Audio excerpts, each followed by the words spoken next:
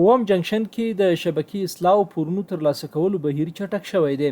د کابل برېښنا ریاست اړوند اوم جنکشن څخه د 282 ترانسفارمرونو له لارې له 8,000 زیاتو پیرودونکو ته برېښنا ورکول کیږي چې په ټوله کې دغه جنکشن اړوند 180 ترانسفارمرونه هستوګنیز، 30 تجارتي، 14 دولتي ادارو او 14 صنعتي برخو پورې اړوند دي. له دغه جنکشن څخه په ټوله کې د 14مې او 8مې ناحیې او بګرامۍ ولسوالۍ اړوند سیمو ته برېښنا ورکړل شوې چې د ښار یو شمېر نورو ساحو په څیر پکې د شبکې اصلاح اړتیاوې زیاتې او پر پوروړو پیرودونکو هم پورونه زیات وو.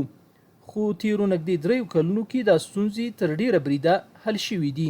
باقیدارانو کې تر ډیره حده پورې تاویل شوي دي، کم تعداد چې دي پاتې دي. هغه باقیداري جدول چې کوم تقریبا 500 کسانو پورې هغه هم کتر راغلي دي چې یو ځای پوره تاویل کړي، چا په قسطو تاویل کړي. دا چې اوم جنکشن څخه ډیری غیر پلاني ساحو ته برېښنا ورکړل شوي، نو د شبکې اصلاح او لادرکه میټرونو موندلو اړتیاوې هم زیاتې وي. خو د برېښنا رهبرۍ په ملاتړ تر اوسه د نږدې 100 ترانسفارمرونو اضافه بارۍ ستونزې حل شوي او د فیډرونو اصلاحات له ټاکلي پلان سره سم په چټکۍ پر مخ روان دي.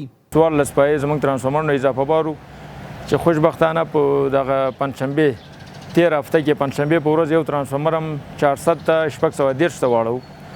نو شبکه کې د ضایعاتو کنټرول د شبکې نوې کولو لپاره ځانګړي پلانونه لرو. ان شاء الله د افغانستان برېښنا شرکت هیواد کې د برېښنا عادلانه پراختیا او پر وخت اصلاح لپاره پراختیايي پلانونه نوي کړي چې د پیرودونکو له لوري د برېښنا لګښت پیسو پر وخت تحویلول به نه یوازې دا چې د دوی لپاره د ډاډمنې برېښنا خدمات پراخ او پیاوړي کړي، بلکې د برېښنا له خدماتو پاتې ساحو ته د شبکو غځونه کې به هم اغیزناک تمام شي.